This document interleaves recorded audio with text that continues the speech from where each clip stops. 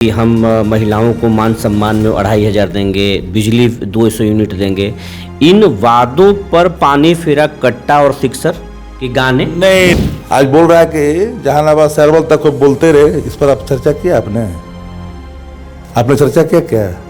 हाँ, जो एक नया हाँ मत करिए ना। और इलेक्शन कमीशन चुपचाप इस गुंडागर्दी, आर्थिक गुंडागर्दी को देखता रहा। कट्टा ये गाना किसने गाया था? पात्र कौन है?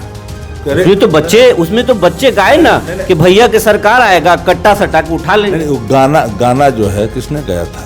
ईडी से ज्यादा बीजेपी के नेता तेजस्वी यादव, शक्ति यादव, संजय यादव इन लोगों को घेर रहे हैं, बोल रहे हैं कि अब वो आपको सिखा रहे हैं कि ऐसा रोहिणी तेजस्वी के बीच में नहीं होना चाहिए। आप कभी पूछ ही नहीं सकते, लेकिन मैं आपको बता दूं कि कुछ साधारण वोट में उछाल नहीं है। अगर मैनेजमेंट मशीनरी का ना होता तो वो आप जो आंकड़े देख रहे हैं इधर दिखाई पड़ते। बिहार के मुख्यमंत्री नीतीश कुमार आज गांधी मैदान में 10वीं बार सीएम पद के शपथ लिए। शपथ समारोह में मोदी भी आए और मन से जो बीजेपी के नेता हों या फिर जेडीयू के नेता हों, बड़े बड़े वादे किए। वैसे तो मुख्यमंत्री कुछ भी नहीं बोले, लेकिन जो वहाँ कार्यकर्ता थे वो बोले कि डबल इंजन की सरकार है और डबल रफ्तार से सरकार काम करेगी। अब हम इस तमाम चीज़ों पर जो है आरजेडी के मुख्य प्रवक्ता शक्ति जी से समझेंगे कि बीजेपी के दावों में कितना दम है। और 18 तारीख को आप लोग भी शपथ ले रहे थे। शक्ति जी, बहुत बहुत स्वागत है सूर्य। जो बिहार के जो जनादेश है वो ऑर्गेनिक नहीं है। बिहार के गांवों में अभी भी शांति और इसको लेकर के कई तरह के सवाल हैं, हर वर्ग में है। यह जनादेश मशीनरी मैनेजमेंट का जनादेश है। इस जनादेश में आम जन के चेहरे पे खुशी नहीं है।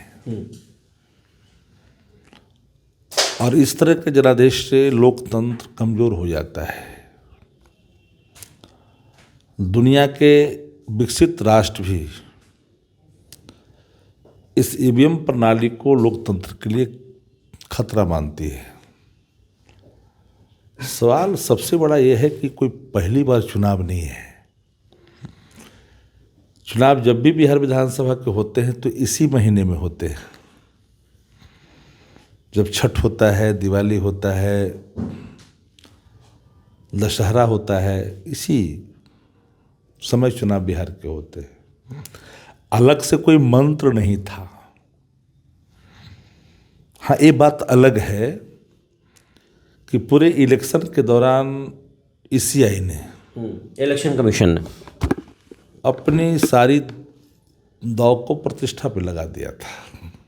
पर सारी प्रतिष्ठा दांव पे लगा दिया था। वो जानता था कि हमें अपने आकाओं के निर्देश का अनुपालन करना है। दुनिया के किसी भी लोकतंत्र में जब इलेक्शन ऐलान हो जाता है तो कोई भी शिलान्यास उद्घाटन तक नहीं होता है। लेकिन यहाँ तो सारी हदें पार की गई। यहाँ हो रहा था, हो तो इतना रहा था कि खाते में पैसे जा रहे थे 9 तारीख तक। 11 को वोटिंग और 9 तक पैसा 9 तक जाता रहा। 4 को भी गया और 9 को भी गया। और इलेक्शन कमीशन चुपचाप इस गुंडागर्दी, आर्थिक गुंडागर्दी को देखता रहा। आरजेडी ने विरोध क्यों नहीं किया?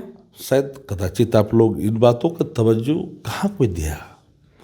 हम लोगों ने कई बार कहा, उसके बावजूद भी चुनाव हराने की ताकत एनडीए में नहीं थी। मतों के अंतर कैसे इतने आए? ट्रेंड ऑफ वोटिंग को देख लीजिए, हर इलाके का। एसआईआर में जितना वोट बढ़ा उतना ही वोट से कोई चुनाव जीत रहा है। अब फॉर एग्जाम्पल 2015 में हम 75,000 वोट ला करके 25,000 से चुनाव जीत गए। 20 में हम 62,000 वोट ला करके हम 12 वोट से हार गए। 2024 के पार्लियामेंट के चुनाव में 79,000 वोट ला करके महागठबंधन 188 वोट से हार गई। हम इस बार 80,000 वोट ला करके 16,000 से हार गए। गांव में, कस्बों में, कहीं भी, कहीं पर सत्ता की न लहर थी, बल्कि सत्ता के खिलाफ एक आक्रोश था।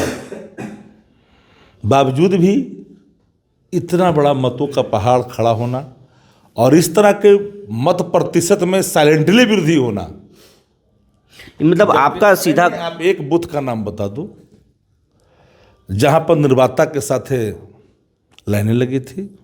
तो फिर 25 सीट आप कहाँ से जीत गए? मामूली अंतरों से भी आप जीते हैं, 25 सीट कैसे जीत गए अगर ईवीएम फेयर नहीं है? वही बता रहा हूँ ना, ईवीएम का मैनिपुलेशन हर विधानसभा में 25 से 30,000 का है। जो इस गति को पार किया है वो चुनाव जीता है, या जहाँ डिवीजन ऑफ वोट हुआ है वहाँ चुनाव जीता है, और नहीं तो फिर डायरेक्ट फाइट में लाख पार करके भी चुनाव नहीं जीते हैं।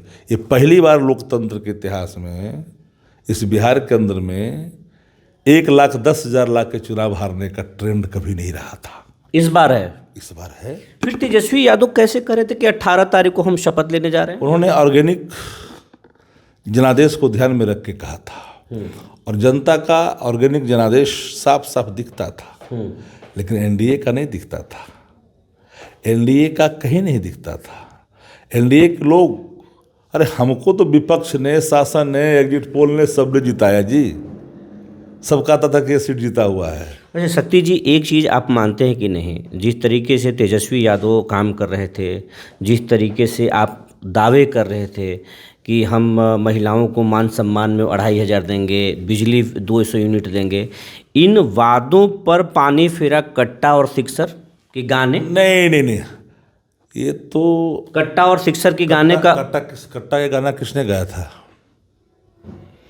पात्र कौन है? उसमें तो बच्चे गाए ना कि भैया के सरकार आएगा, कट्टा सटा के उठा लेंगे। नहीं, वो गाना जो है किसने गाया था? गाना गाने वाला तो आरजेडी का पट्टा लिए हुए था, वीडियो में नजर आ रहा था। नहीं, हम पूछे गाना किसने गाया था? गाना कौन गाया था? वो कौन जाति का लोग था? कौन जाति के लोग थे जो गाना गाया था? क्या पार्टी ने गवाई थी क्या? आरोप तो नहीं, पार्टी ने गवाए थे क्या? आज बोल रहा है कि जहानाबाद से अरवल तक कोई बोलते रहे। इस पर आप चर्चा किया? आपने चर्चा किया क्या? हाँ, जो एक नया हाँ मत करिए ना। कोई पट्टा लेकर करके कोई रोल अदा करे, भाजपा का आदमी, जदयू का आदमी, आप उसे राजद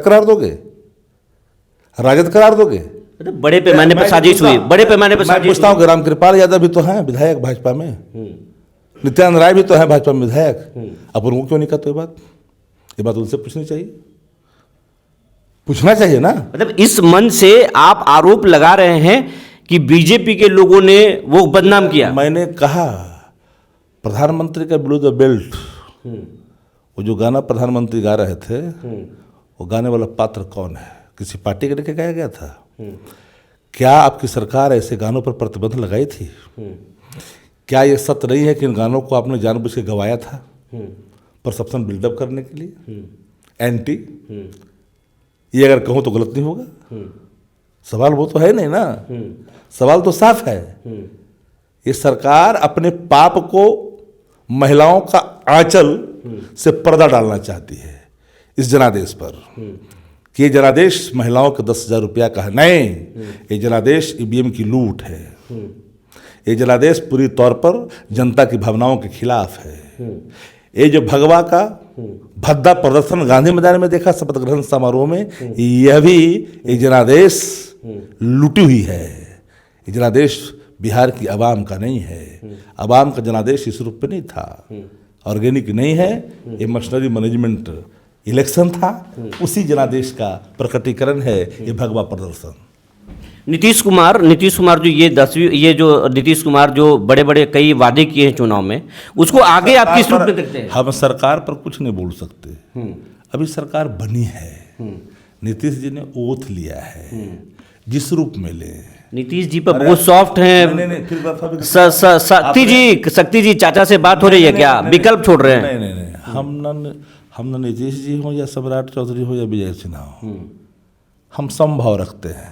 संभव रखते हैं। हाँ, और हमने कहा कि अभी नई सरकार बनी है, हम सरकार के किसी भी क्रियाकलाप पर कोई टिप्पणी नहीं कर सकते। अभी तो सरकार शपथ ली है, हम तो उन बातों को कह रहे हैं जिन बातों पर आपने चर्चा की है। ये सरकार अभी ओथ ली है, ज्वाइन करेगी, डिपार्टमेंट मंत्री ज्वाइन करेंगे, चीफ मिनिस्टर ज्वाइन करेंगे, उसके बाद हम देखेंगे। अभी हम मूल्यांकन करेंगे कि वो कैसे होगा, उस पर हम लोग बात करेंगे। जी, आरजेडी से ज़्यादा बीजेपी के नेता तेजस्वी यादव, शक्ति यादव, संजय यादव इन लोगों को घेर रहे हैं, बोल रहे हैं कि अब वो आपको सिखा रहे हैं कि ऐसा रोहिणी तेजस्वी के बीच में नहीं होना चाहिए। शक्ति यादव और संजय यादव ये तेजस्वी को हाईजैक कर लिए हैं। ये तो बात होता है कि संजय झा और विजय चौधरी पर भी सवाल खड़ा हो रहा है, तो ललन सिंह पर आपने सवाल पूछा क्या? अमित शाह घेरे हुए हैं, तो नरेंद्र मोदी जी को सवाल आपने घेरा क्या? जो घेरी नहीं, आप अगर बोल रहे हैं तो हम तो चला ही रहे हैं। तो पूछ रहे हैं ना आपसे, आप चला रहे हैं, ये उपकार नहीं कर रहे हैं। हम बोल रहे हैं तो बोल रहे हैं। हमने जो सवाल आप हमसे पूछ रहे हैं, ये सवाल उनसे भी पूछेंगे, उनसे भी पूछेंगे। कभी नहीं पूछ सकते हैं, लेकिन फिर भी आपने हर पूछा है तो हर सवाल का जवाब देंगे। आप कभी पूछ ही नहीं सकते हैं, लेकिन मैं आपको बता दूं कि हमारे यहाँ कौन है, क्या है, नहीं है, इसका निर्धारण पार्टी करती है। हमारे यहाँ कलेक्टिव डिसीजन होता है, सामूहिक निर्णय। कोई व्यक्ति प्रस्त पार्टी नहीं है, व्यक्ति प्रति पार्टी नहीं है, परिवार प्रति पार्टी नहीं है। ये पार्टी सबों की है, हर जाति की है, हर वर्गों की है। हमारे टिकट डिस्ट्रीब्यूशन में जितनी ट्रांसपेरेंट तरीके से बांटा गया, कोई उंगली उठा सकता है क्या एक भी कहीं किसी इलाके में? एक भी? लेकिन जिन लोगों पर, तो बहुत लोगों पर उंगलियां उठी, हम उस पर जाना ही नहीं चाहते। हम तो एक ही लाइन में कहा कि पूरा जनादेश जो बिहार का है जन के भावनाओं के विपरीत है, और जन के भावनाओं को कुचलने वाला जनादेश आपने प्राप्त किया है मशीनरी मैनेजमेंट के आधार पर। इसलिए यह जनादेश गरीब के आह से जुड़ा हुआ है, और यह बड़ा खराब होता है गरीब का। रहीमन यह गरीब का कभी न निष्फल जाए, मरी खाल की सांस से लौह भस्म हुई जाए। जनता की भावनाओं को कुचलने वाला अगर जनादेश बलात् आपने प्राप्त किया है, तो कीमत तो आपको ही चुकानी पड़ेगी। तेजस्वी आगे क्या करेंगे, उनकी रणनीति क्या होगी? हमने 22 सीट से भी पार्टी को उठा करके यहाँ लाया। अभी तो हम 35 अलायंस के तौर पर, भरा में मत रहिए। 1,89,00,000 वोट प्राप्त हुए हैं। ये कोई साधारण वोट में उछाल नहीं है। अगर मैनेजमेंट मशीनरी का ना होता तो वो आप जो आंकड़े देख रहे हैं इधर दिखाई पड़ते। फर्क इतना ही है, मशीनरी के मैनेजमेंट को हटा दो तो जो आंकड़े उधर देख रहे हो वो आंकड़े इधर देखते आप। तो ये थे शक्ति जी, जो बेबाकी से हर बात को, सवाल को उठाए, कि चाहे वो गाने हों या फिर झगड़ा हो, हर चीज़ों पर जो है बीजेपी और एनडीए के लोग साजिश कर रहे हैं। बने रहिए हमारे साथ, तब तक के लिए धन्यवाद।